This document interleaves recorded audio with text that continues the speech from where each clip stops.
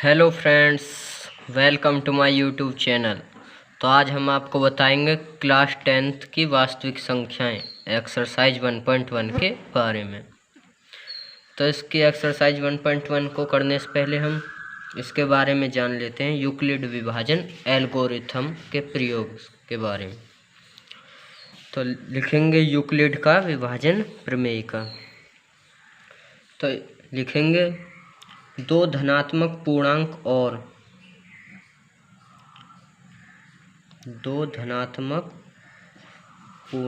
और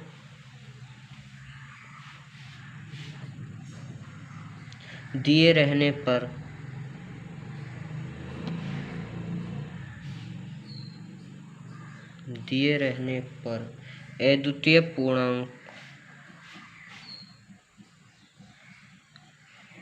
अद्वितीय पूर्ण संख्याएं Q और R प्राप्त होते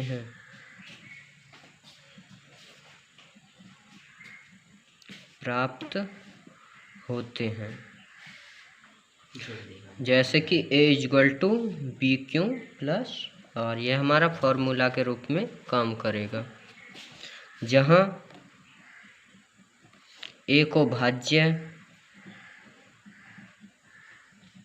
B को भाजक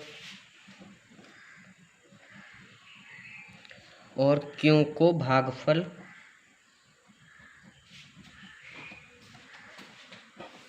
तथा R को शेषफल कहते हैं।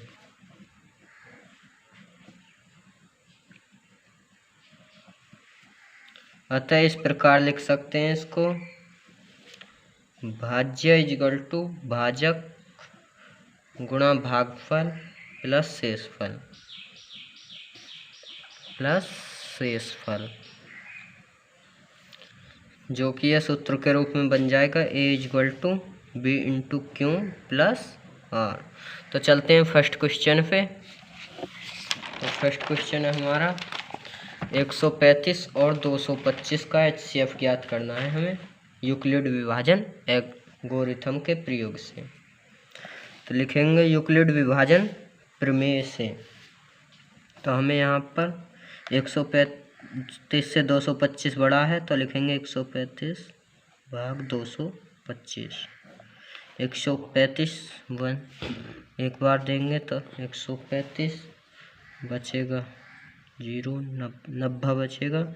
अब 90 से लिखेंगे चरण फर्स्ट, जिसमें R ≠ 0। यहाँ पर हमारा R का मान 0 प्राप्त नहीं हुआ, इसलिए HCF इसे आगे बढ़ाएंगे। तो 90 का भाग देंगे 135 में, 90 एकम 90 बचेगा 45 का भाग देंगे 90 में, जो चला जाएगा 2 बार। तो इस प्रकार इस चरण सेकंड लिखेंगे, जिसमें भी R ≠ 0, मतलब यहाँ पर भी हमारा शेषफल 0 नहीं आया है। लिखेंगे चरण थर्ड, जहाँ पर हमें R = 0 प्राप्त हो गया है। तो जहाँ पर हमें R = 0 प्राप्त हो जाए, वहाँ पर उस संख्या के भाजक को अपने क्वेश्चन का HCF कहते हैं। तो यहाँ पर हो जाएगा 225 और 135 का HCF = 45। चलते हैं सेकंड क्वेश्चन पे। तो सेकंड क्वेश्चन हमारा 196 और 38220 को हम सॉल्व करेंगे यूक्लिड विभाजन प्रमेय से। तो यहाँ पर भी 196 छोटा है, तो इसमें इससे भाग देंगे। 196 बन जा 196 बचेगा 186, 2 उतार लेंगे। 196 9 जा 1764, तो बचेगा हमारा 0 8 और 7 तो 9। तो यहाँ पर उतार लेंगे हम 0 और 196 5 जा 980, तो यहाँ पर हमें 0 प्राप्त हो जाएगा। तो लिखेंगे चरण फर्स्ट, जहाँ r इक्वल टू 0 हमें प्राप्त हो गया। तो इसलिए इस संख्या का भाजक जो है वो 196 है। तो लिखेंगे 38,220 और 196 का भाज का HCF इक्वल टू 196। चलते हैं थर्ड क्वेश्चन पे।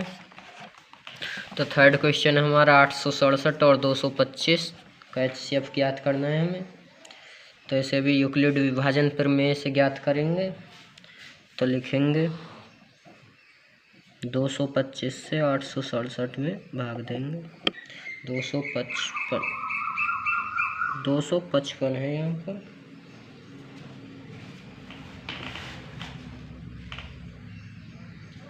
तो 255 3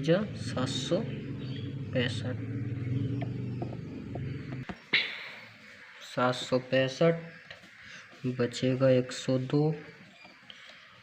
तो फिर लिखेंगे चरण फर्स्ट, यहाँ पर हमें r equal to does not प्राप्त हुआ है 0 और बराबर 0 प्राप्त नहीं हुआ। तो इसमें 102 से भाग देंगे 255 में। 102 दूनी 204, तो बचेगा हमारा 51।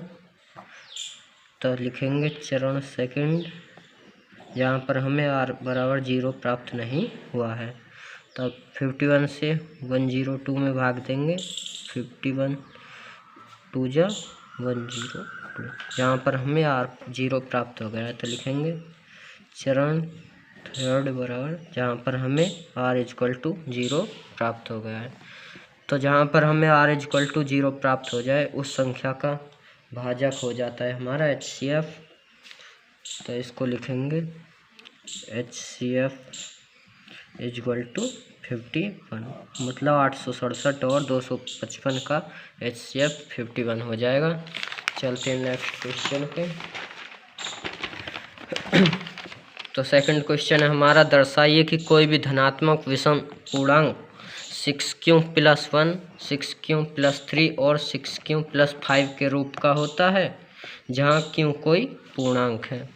तो हमें दर्शाना है इक्वल टू 6q + 1, 6q + 3 और 6q + 5। तो लिखेंगे माना कि a कोई धनात्मक विषम पूर्णांक है।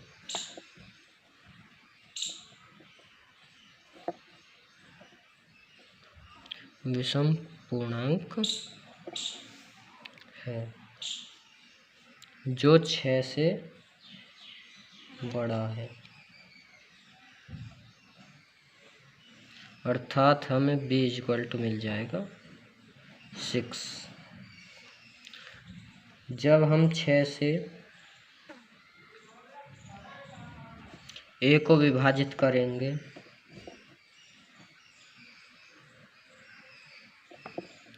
करते हैं तो हमें शेषफल 6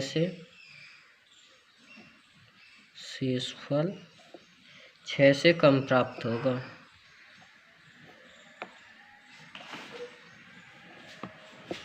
यानी कि हमें शेषफल जो मिलेगा वो 0, 1, 2, 3, 4, 5 ये मिल सकता है।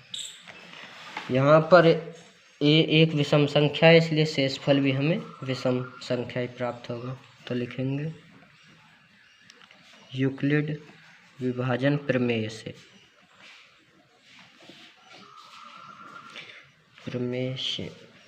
जिसका फॉर्मूला होता है इक्वल टू BQ + R। तो इसका स्टेप 1, जब r इक्वल टू 1, इसलिए हम विषम संख्या ही लेते हैं क्योंकि हमें विषम संख्या से ही आंसर मिलेगा अपना। तो हो जाएगा a equal to BQ, b का मान है हमारा 6q + r का मान 1। ये हो जाएगा समीकरण फर्स्ट। अब चलते हैं स्टेप सेकंड पे। जब r इक्वल टू 3, तो हमें प्राप्त हो जाएगा a इक्वल टू 6q + 3, जो हो जाएगी हमारी समीकरण सेकंड। अब चलते हैं स्टेप 3 पे। जब r = 5 तो हमें प्राप्त हो जाएगा a = 6q + 5, जो हो जाएगी हमारी समीकरण नंबर 3। अब लिखेंगे समीकरण फर्स्ट, सेकंड व थर्ड से स्पष्ट है कि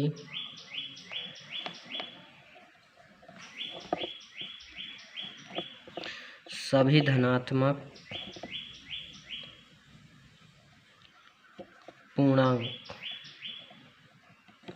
6q + 1, 6q + 3, 6q + 5 के रूप का होता है।